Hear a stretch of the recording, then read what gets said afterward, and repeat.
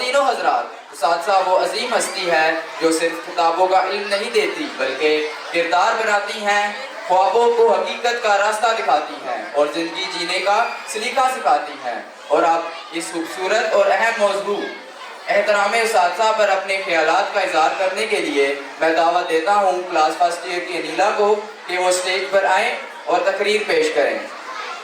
ونسلم علی رسولہ الکریم، اما بعد فاعوذ باللہ من الشیطان الرجیم، بسم اللہ الرحمن الرحیم۔ جناب صدر، محترم اساتذہ کرام اور میرے عزیز ساتھیوں، السلام علیکم۔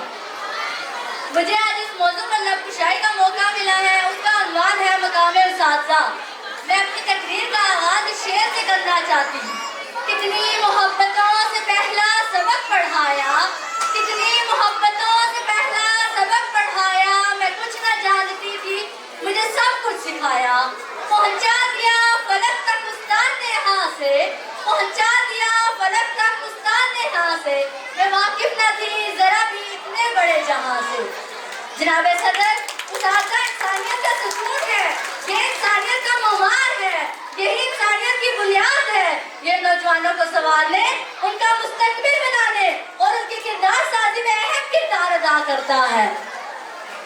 کتابیں تیرے علم و محبت کی نہیں ہے انتہا کوئی، تیرے علم و محبت کی نہیں ہے انتہا کوئی، نہیں ہے اس سے بڑھ کر سازے فطرت میں نوا کوئی۔ کتابیں تو کورس ہی سکھاتی ہیں، کتابیں تو کورس ہی سکھاتی ہیں، آدمی بناتے ہیں۔ جناب صدر، رشتوں میں سب سے مقدس رشتہ استاد اور شاگرد کا ہی ہے، مگر افسوس طلبہ کا حال یہ ہو گیا ہے، استاد کی عزت نہیں کرتے تو اس کا نتیجہ یہ نکلتا ہے کہ وہ کامیابی ان کا مقدر نہیں بنتی۔ والدین صرف بچوں کو عرش سے فرش پر لاتے ہیں، لیکن استاد بچوں کو فرش سے شعور عرش پر پہنچاتے ہیں، یہی استاد کی شان ہے۔